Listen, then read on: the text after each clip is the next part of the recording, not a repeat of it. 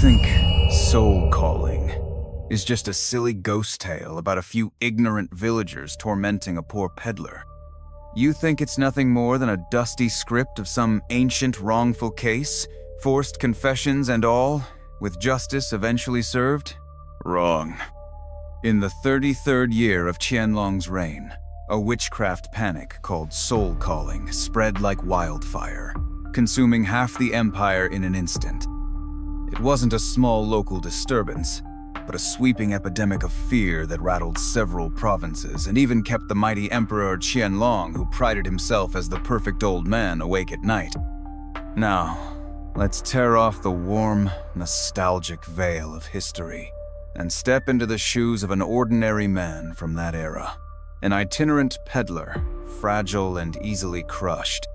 Let's see how this evil wind suddenly rose from nowhere, and how it turned into an invisible net, ensnaring him and his mute daughter, dragging them into the abyss.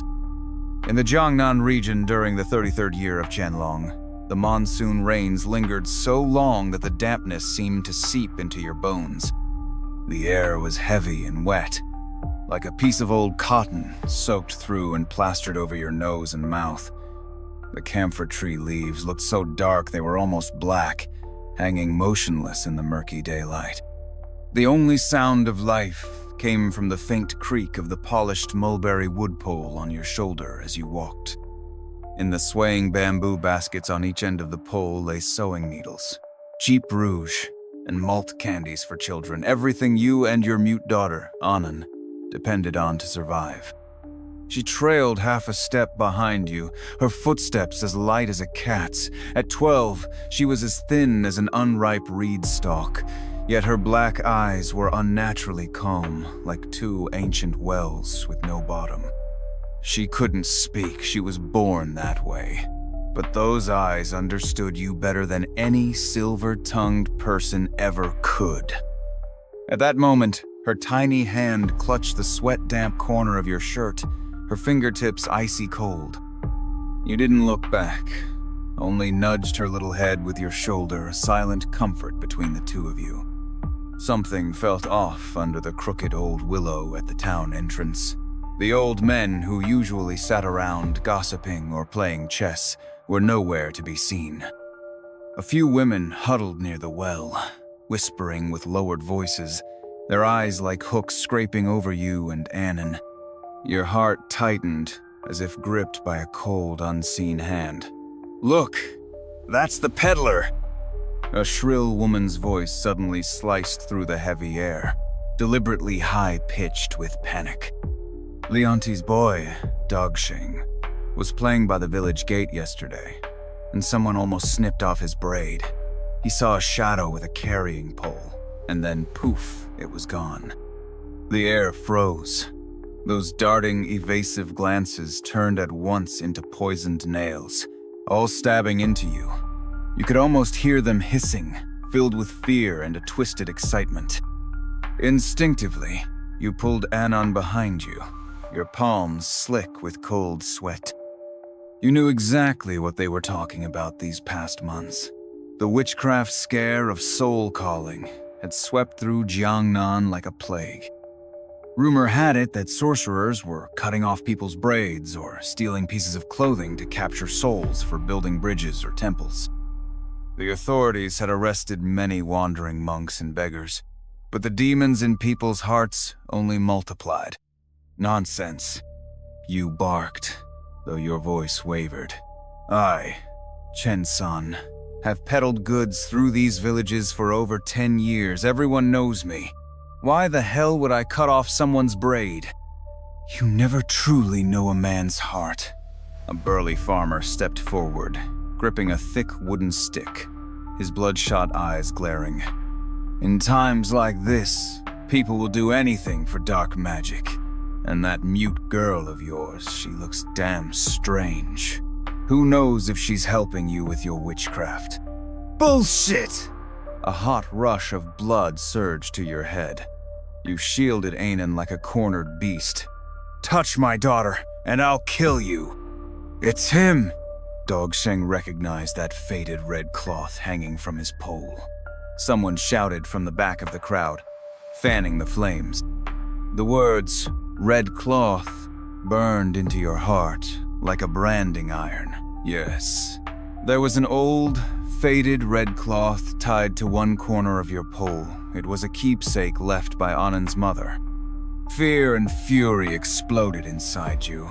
Suddenly, someone hurled a clod of dirt smack. It hit your forehead, and warm blood ran down your brow, blinding your left eye.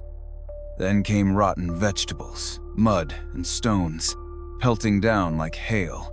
The crowd boiled over like water on fire, curses and shouts merging into a filthy torrent ready to drown you.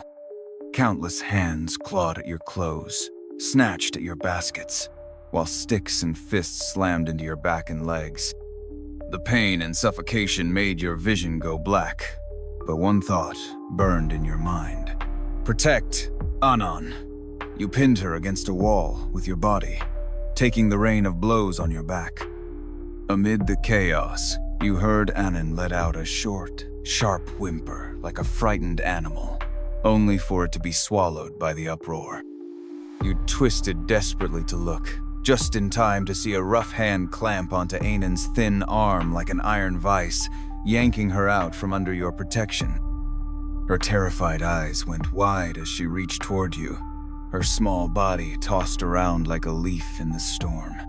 "Anand!" You roared with a sound that was hardly human, trying to lunge forward, but several sticks smashed hard into the backs of your knees.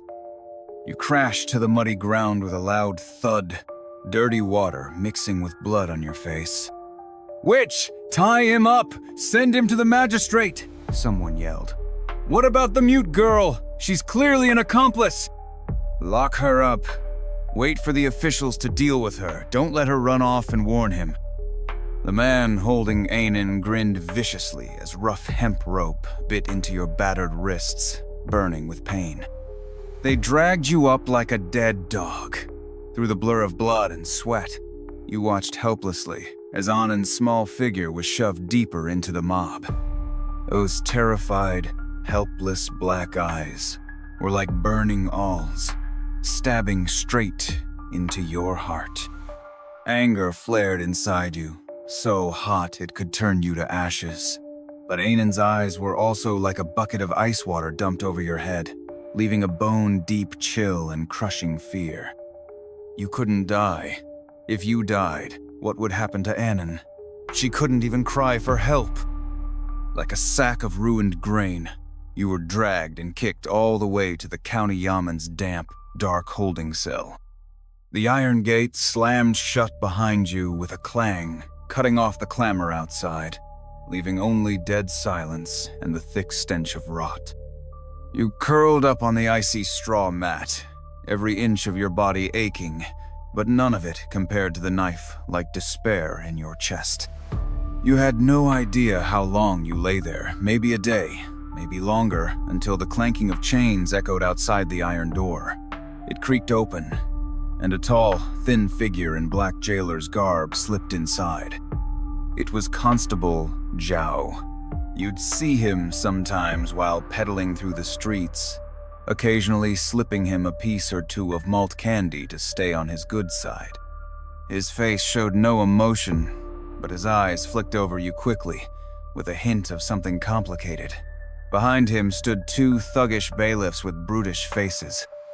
"Chen San," Zhao's voice was dry and flat. "Your girl is locked in the innermost cell of the women's jail." Your heart seized, as if gripped by an icy hand.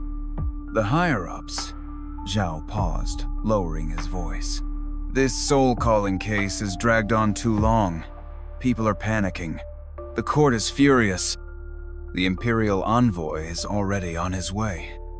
The last words were whispered, but they slammed into your chest like a hammer. The Imperial envoy? What did that mean?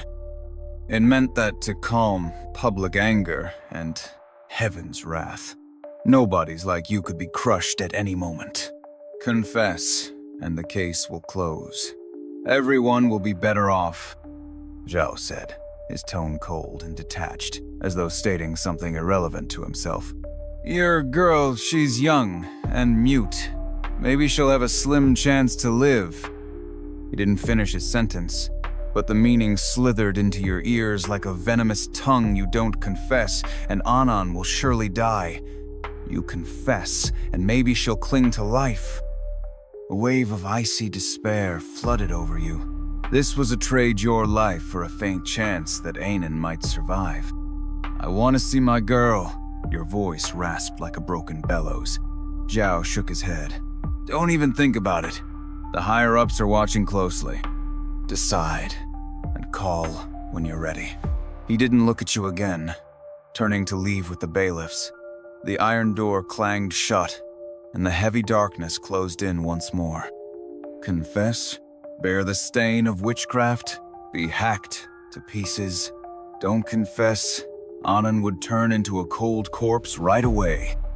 Your teeth ground together, nails digging into the rotting flesh of your palm, pain keeping you barely sane. You can't confess.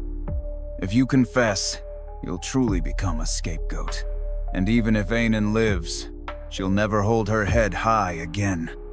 But if you don't confess, Anan will die now. In that abyss of despair, a faint glimmer flickered in your mind like fireflies on a freezing night, that voice in the crowd, fanning the flames. That line, Dog Shang recognized, that faded red cloth hanging from his pole.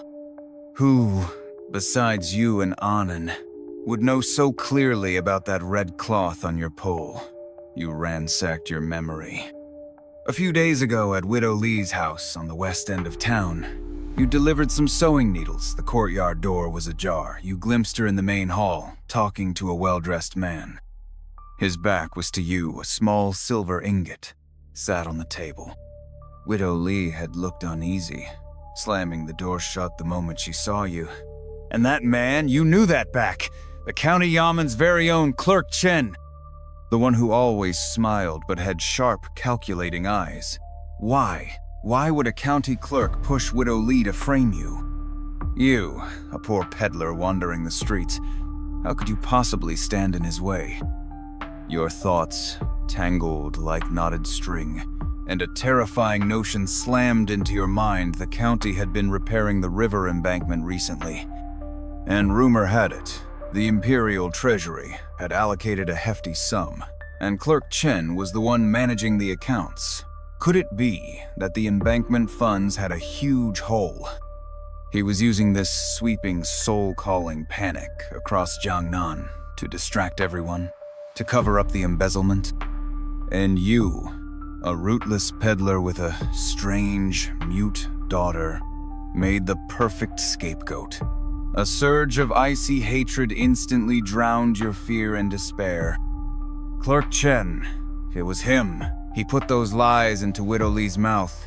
He sparked the villagers' terror. He pushed you and Anan into this abyss of no return. You wanted to tear him apart with your bare hands. But now, you were a beast in a cage. Evidence? You had nothing, just this near-mad guess.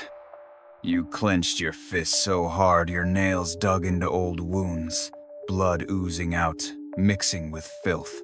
You couldn't fight this head-on.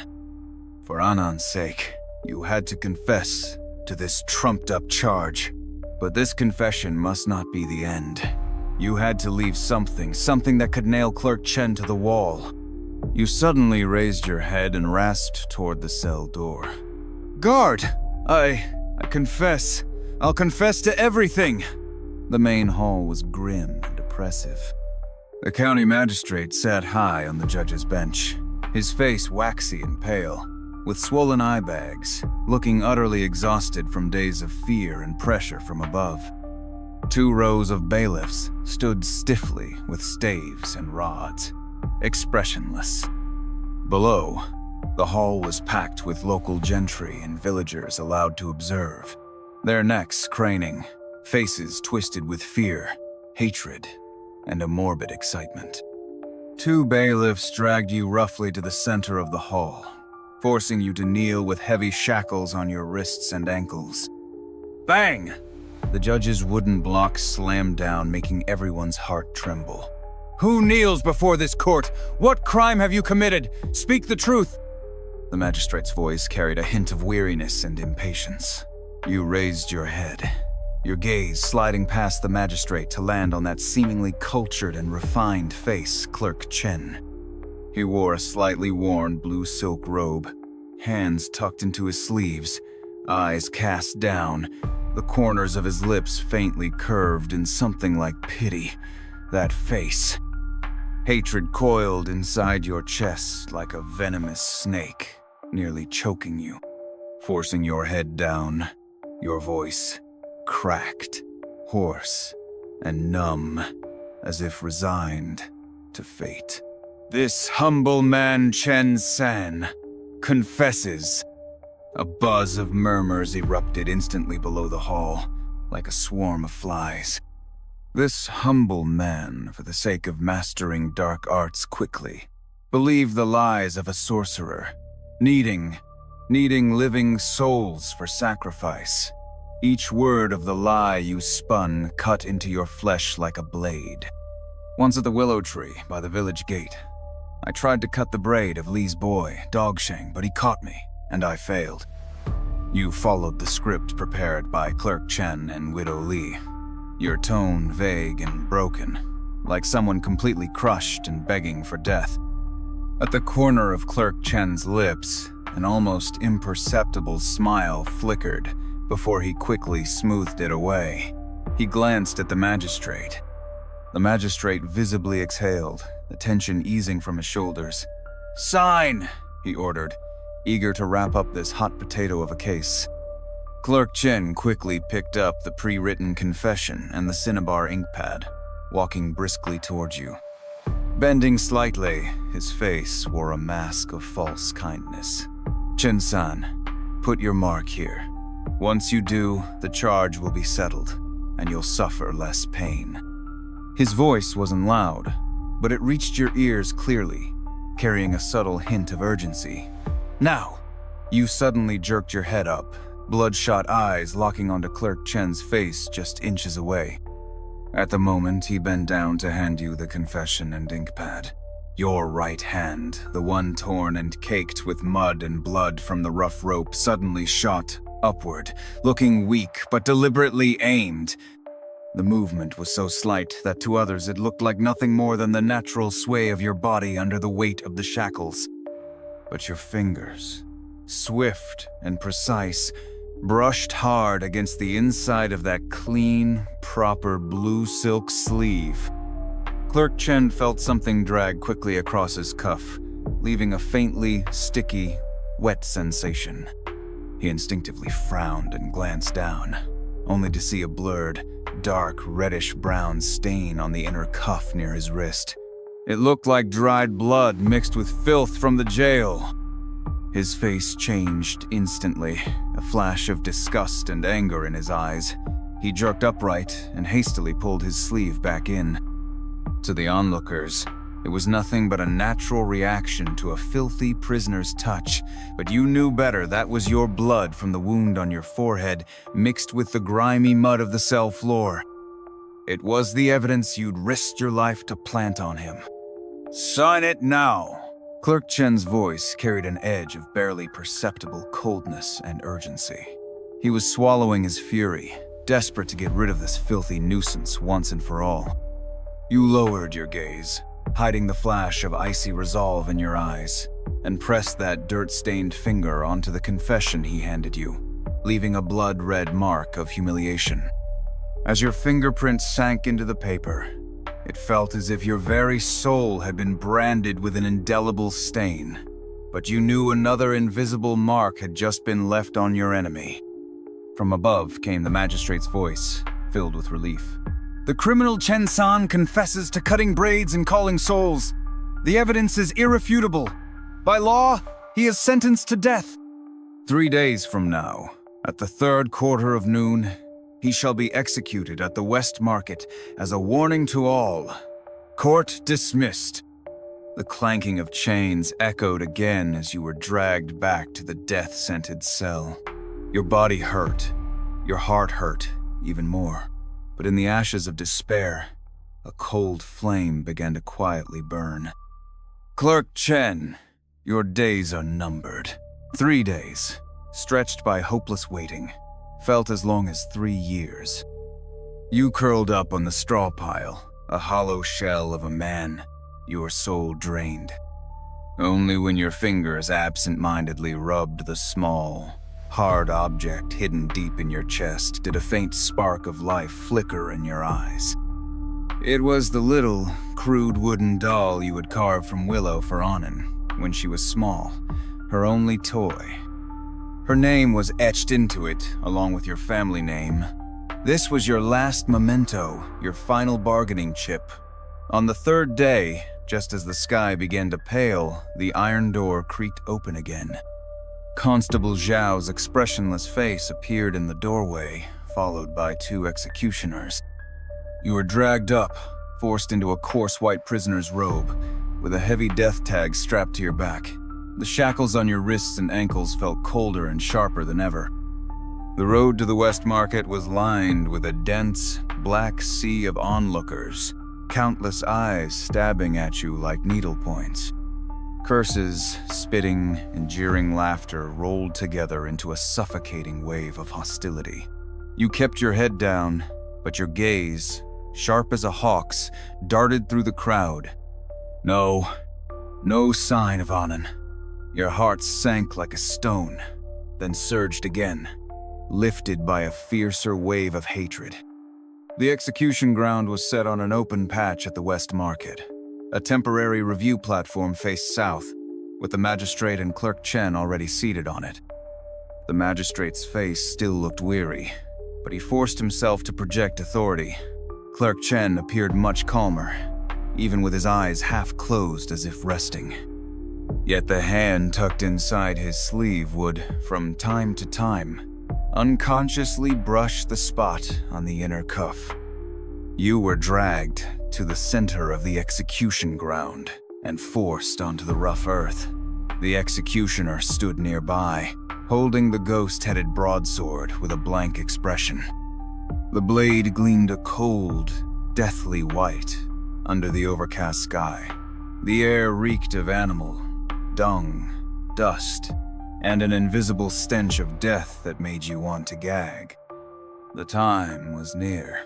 The magistrate on the platform cleared his throat, picked up a written judgment, and began reading your crimes in his slow, official tone. The criminal Chen San practiced witchcraft, cut braids and called souls, plotted mischief. The evidence is conclusive, the confession undeniable.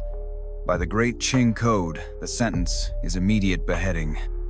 As he reached the words, confession undeniable, you, who had been lying on the ground like a dead man, suddenly jerked your head up. Summoning all your strength, you bellowed with a thunderclap of a roar, "Honorable Magistrate, I'm innocent." Your cry exploded across the execution ground, like a bolt of lightning from a clear sky. All the noise, curses, muttering, jeering, cut off in an instant. Tens of thousands of eyes stared at you, stunned, confused, incredulous. On the platform, the magistrate was so startled his hand shook, nearly dropping the judgment. Clerk Chen's eyes snapped open, pupils contracting sharply as 2 piercing beams of cold rage locked onto you. "Insolent wretch!" the magistrate shouted in both shock and fury, slamming the table. "There are witnesses and evidence. You signed and sealed your own confession. At death's door, you still dare howl in court and deny it. Your Honor." You struggled to rise, but were pinned down by the executioners.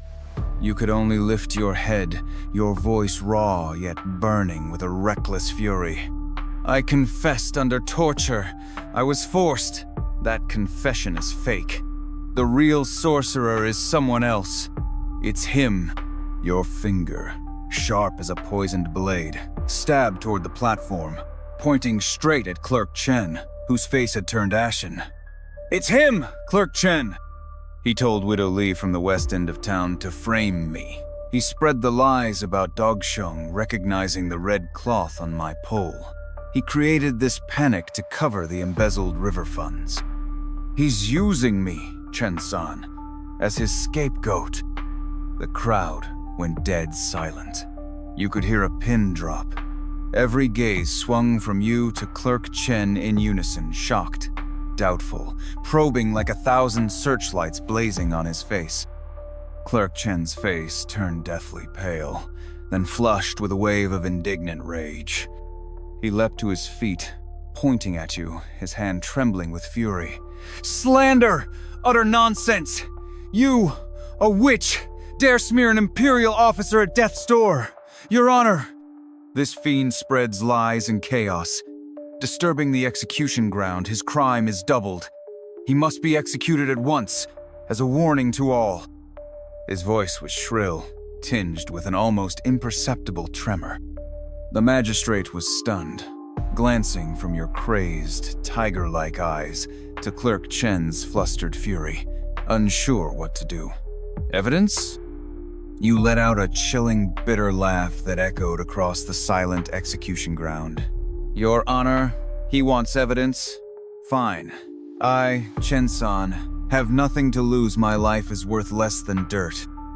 But my daughter Annan, a mute child, was taken by his men and locked in the innermost cell of the women's jail. That is the iron proof of how he forced me to confess. Constable Zhao can testify. 3 days ago, it was he who told me in the cell that I could trade my life for my daughter's survival. The crowd erupted again. All eyes turned sharply toward Constable Zhao standing below the platform. Zhao's face instantly turned ghostly, pale, cold sweat dripping down his forehead, his body trembling. Clerk Chen's gaze coiled around him like a venomous snake, filled with threat and warning. "Zhao Dai, is this true?" the magistrate barked. Zhao shuddered violently, his lips trembling, eyes darting between your madness, Clerk Chen's venom, and the magistrate's fury. The crushing pressure almost broke him. Then, with a sudden bite of his teeth, he dropped to his knees with a thud and cried out hoarsely, "Your Honor, I can't deny it. 3 days ago, It was the clerk who ordered me to tell Chen San that if he confessed, his daughter's life would be spared. He dared not look at Clerk Chen, his head pressed to the ground. "You!" Clerk Chen pointed at Zhao, his whole body shaking with rage, his face flushing and paling by turns, his carefully maintained composure crumbling to pieces. "You treacherous dog! How dare you slander me?" "Slander?" You cut him off, your voice suddenly rising with reckless madness. "Clerk Chen, do you dare roll up your sleeve right now and let everyone see the inside of your right cuff? Let them see what's on it." The words hit him like a freezing spell. Clerk Chen froze. All his anger, indignation, and shock congealed into a raw, uncontrollable terror. Instinctively, his left hand clamped down on his right cuff. Under the gaze of countless eyes, that single motion spoke louder than any words. It was an unspoken confession. "What's on it?" The magistrate sprang to his feet, his voice cracking. "It's blood, my blood, mixed with the filth of the jail floor." You roared, eyes blazing with vengeance. 3 days ago, when I marked that confession, I deliberately smeared it on his cuff. Everyone saw how he pulled back in disgust. If Your Honor doesn't believe me, have it examined now. That blood and grime are still there. It's proof that he personally interrogated this so-called sorcerer, standing close enough for me to leave the mark. It's proof of his guilty conscience. Boom! The crowd exploded. Every suspicion, every gaze turned into a blade, stabbing at the trembling, colorless face of Clerk Chen on the platform. His desperate clutch on the sleeve was the final straw that broke him. "Guards!" the magistrate roared, his face ashen with rage and shock, pointing at Clerk Chen. "Seize him! Inspect that sleeve!" Several bailiffs, fierce as wolves, lunged at him. Clerk Chen tried to resist, but was easily subdued. Under the collective gaze of the crowd, his clean, well-kept blue silk sleeve was yanked up. There it was on the inner cuff, a dried, darkened, and smudged red stain, glaring under the daylight. The shape, the color, it was exactly as you described. Ah, Clerk Chen let out a despairing wail, collapsing like his bones had been ripped out. "Chen Shirong, you bastard!" The magistrate roared, his whole body trembling with fury and fear. "You dared embezzle funds for the Riverworks, frame an innocent man, and spread panic with witchcraft rumors. You nearly caused a disaster. Throw him into the death cell. Guard him well. I will personally review the river accounts before passing judgment." The bailiffs dragged the ashen, broken Clerk Chen away. The execution ground was in chaos, buzzing with shock and chatter. Your shackles were unlocked, and Constable Zhao, his face a jumble of guilt and relief, stepped forward to help you. You shook off his hand and struggled to stand on your own. The sunlight was blinding, and you stumbled, your eyes darting urgently through the crowd, searching for that small, precious figure. "Papa!" A faint but crystal-clear cry, choked with tears, pierced the din like a warm, fragile beam of light. You spun around and saw a thin, small figure stumbling through the crowd like a frightened fawn. It was Anan. Her face was pale, her hair a tangled mess, her clothes filthy, but her black, luminous eyes were filled with overwhelming relief and tears of grievance. She threw herself into your arms, her small body trembling violently from fear and excitement, hugging you as if she would never let go. You clutched your lost and found daughter tightly, your cracked lips trembling, unable to form a single word. Hot tears broke through every dam, streaming down and soaking Anan's hair. Was it over? This nightmare, was it finally over? Just as you held Anan, thinking the storm had passed and the skies had cleared, a sudden pounding of hooves, sharp and commanding like a drum roll, shattered the fragile relief on the execution ground. The Imperial envoy has arrived. A troop of Imperial guards in gleaming armor, exuding deadly authority, sliced through the crowd like iron plows, cutting through waves, stopping right before the platform. At the front was a man in a Qilin emblazoned robe, his face chiseled and stern, eyes sharp enough to pierce the soul. He dismounted in one smooth motion, holding high a scroll of bright yellow silk. The entire West Market fell silent again, so silent that even the wind seemed to stop. Everyone held their breath, their eyes fixed on that scroll, the symbol of supreme imperial power. The envoy's icy gaze swept over the still shaken magistrate, then over you holding your daughter with tear-streaked cheeks, before settling on the air itself as though piercing through the chaos, all the way to the Forbidden City. He unfurled the decree. His voice was not loud, but it fell like shards of ice from the heavens, carrying an unshakable authority that crushed everything beneath it, reaching every corner of the square. By order of His Majesty, witchcraft spreads fear, disturbs the hearts of the people, and threatens the foundation of the realm. All local authorities are to root out the soul-calling cultists without mercy or negligence. However, the envoy paused slightly, and that cold silence made everyone's heart seize. To intimidate villains and restore order, it is better to kill 3,000 by mistake, each word stabbed into your heart like an ice pick, than let a single one escape. Anyone suspected of witchcraft, regardless of proof, upon capture shall be executed without pardon. Let this serve as a warning, thus decreed. The final words crashed down like a funeral bell. Your arms stiffened around Anan like iron. She, sensing the chill in your body, shivered violently and clung even tighter to you. The spark of life that had just returned to her dark eyes was instantly drowned in a fresh wave of incomprehensible terror.